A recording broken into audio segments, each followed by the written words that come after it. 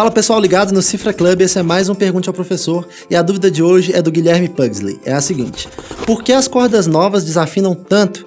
Guilherme, as cordas desafinam tanto porque cordas novas e cordas que já estão instaladas no instrumento, cordas mais velhas um pouco, elas têm uma diferença de tempo, né? Ou seja, a corda nova acabou de chegar e ser colocada no instrumento, a outra já está lá.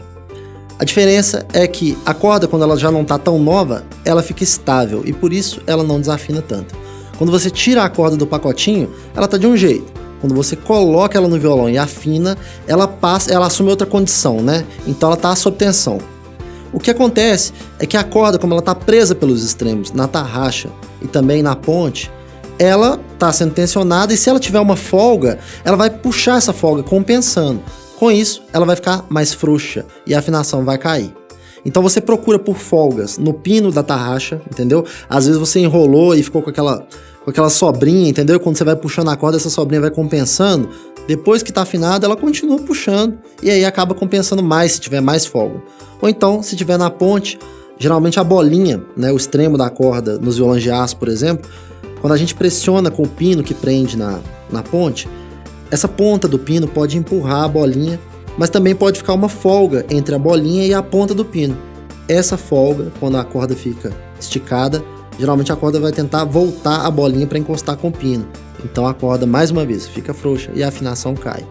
Como que você vai resolver isso?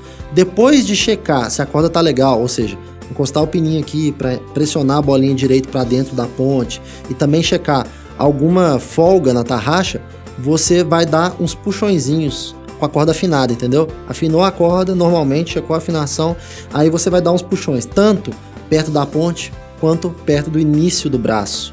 Dessa forma, você já vai estar dando uma puxadinha como se fosse um bend, entendeu? Mas você pode puxar para fora, inclusive. E aí você já vai tirar essas folgas. Aí você vai afinando. Se você fizer isso por umas 2 vezes, já é o suficiente, a corda vai começar a ficar estável. Quem me ensinou essa dica foi o Tom Emanuel, num vídeo dele que eu assisti. Ele faz isso assim 2 vezes, super rápido, e a afinação já fica super estável com a corda novinha, aquele som de nova, sabe? Então é isso, eu espero que tenha ajudado bastante e se você tiver outra dúvida é só mandar pra gente. Dúvidas sobre outros assuntos também são muito bem-vindas e para aprender sempre mais e mais sobre música, fica ligado com a gente aqui no Cifra Club. Muito obrigado, um grande abraço e falou!